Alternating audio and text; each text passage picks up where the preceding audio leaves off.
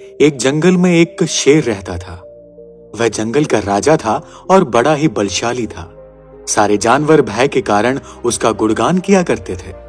उसी जंगल में एक बुद्धिमान बंदर रहता था। वो शेर से नहीं डरता था और ना ही व्यर्थ में उसका गुणगान करता था। शेर को यह बात बहुत बुरी लगती थी। एक बार उसने बंदर को बुलाया और कहा, जंगल के सारे जानवर मेरी प्रशंसा करते हैं, लेकिन तुम मेरी प्रशंसा नहीं करते। ऐसा क्यों? मैं किस बात पर आपकी प्रशंसा करूं? बंदर ने पूछा। मैं बलशाली हूं, जंगल के सारे जानवर मुझसे डरते हैं, शेर ने उत्तर दिया।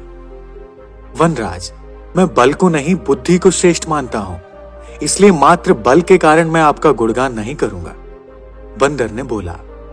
शेर यह बात सुनते ही बहुत गुस्सा हो गया और दोनों के बीच विवाद हो गया। विवाद का विषय था बुद्धि श्रेष्ठ है या बल। शेर की दृष्टि में बल श्रेष्ठ था, किंतु बंदर की दृष्टि में बुद्धि। दोनों के अपने अपने तर्क थे। अपने तर्क देकर वे एक दूसरे के सामने स्वयं को सही सिद्ध करने में लग गए। बंदर बोला, शेर महाराज, बुद्धि ही श्रेष्ठ है।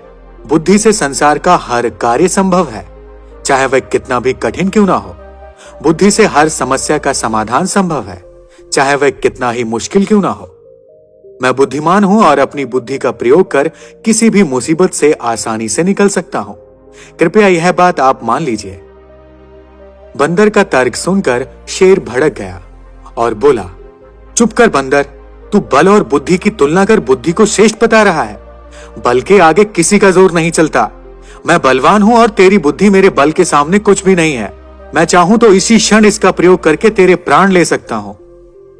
बंदर कुछ क्षण शांत रहा और बोला, महाराज, मैं अभी तो जा रहा हूं, किंतु मेरा यही मानना है कि बुद्धि बल से श्रेष्ठ है और एक दिन मैं आपको यह प्रमाणित करके दिखाऊंगा। मैं अपनी बुद्धि से बल को हरा दूंगा।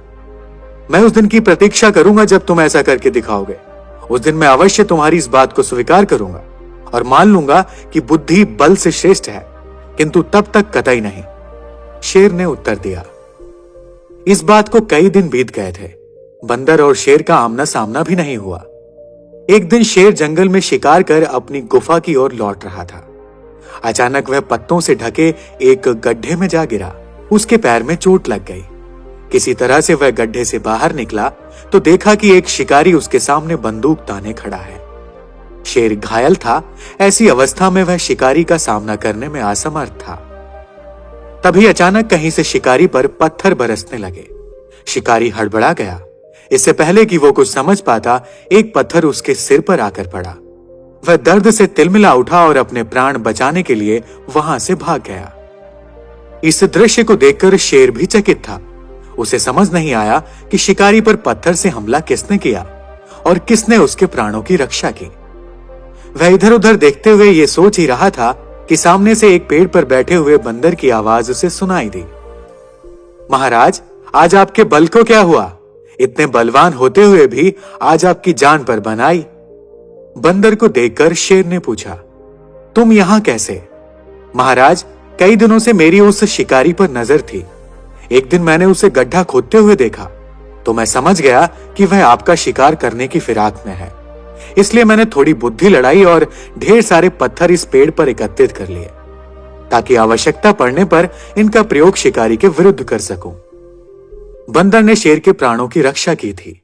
वह उसके प्रति कृतज्ञ था। उसने उसे धन्यवाद दिया और उसे अपने और बंदर के मध्य हुआ विवाद भी याद आ गया और वह बोला, बंदर भाई, आज तुमने सिद्ध कर दिया कि बुद्धि बल से श्रेष्ठ होती है। मुझे अपनी गलती का एहसास हो गया है। मैं समझ गया हूं कि बल हर समय हर परिस्थिति में एक सा नहीं रहता, लेकिन बुद्धि हर समय और हर परिस्थिति में साथ रहती है। बंदर ने उत्तर दिया, महाराज, मुझे प्रसन्नता है कि आप इस बात को समझ गए। आज की घटना पर ध्यान दीजिए। शिकारी आपसे बल में कम था, किंतु इसके बावजूद भी उसने अपनी बुद्धि का सही प्रयोग करके आप पर नियंत्रण पा लिया।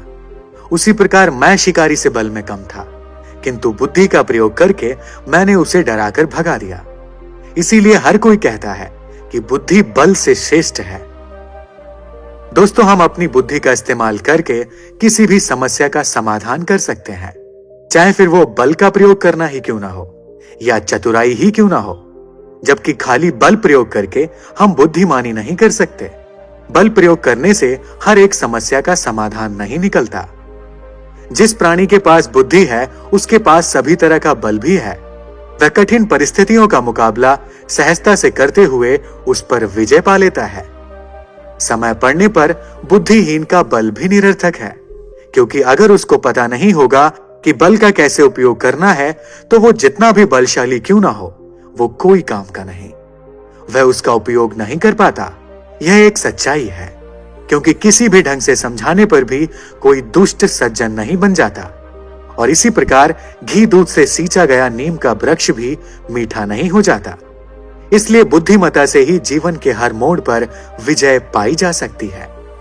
बुद्धिमता और भावना दोनों एक ही सिक्के के अलग अलग पहलू हैं। इसलिए यह आत्म अवलोकन करना भी जरूरी है कि हम जीवन के किसी भी प्रकार के निर्णय लेने के लिए भावनाओं से अधिक बुद्धिमता से काम लें। दोस्तों, आज की वीडियो में फिलहाल इतना ही। धन्यवाद।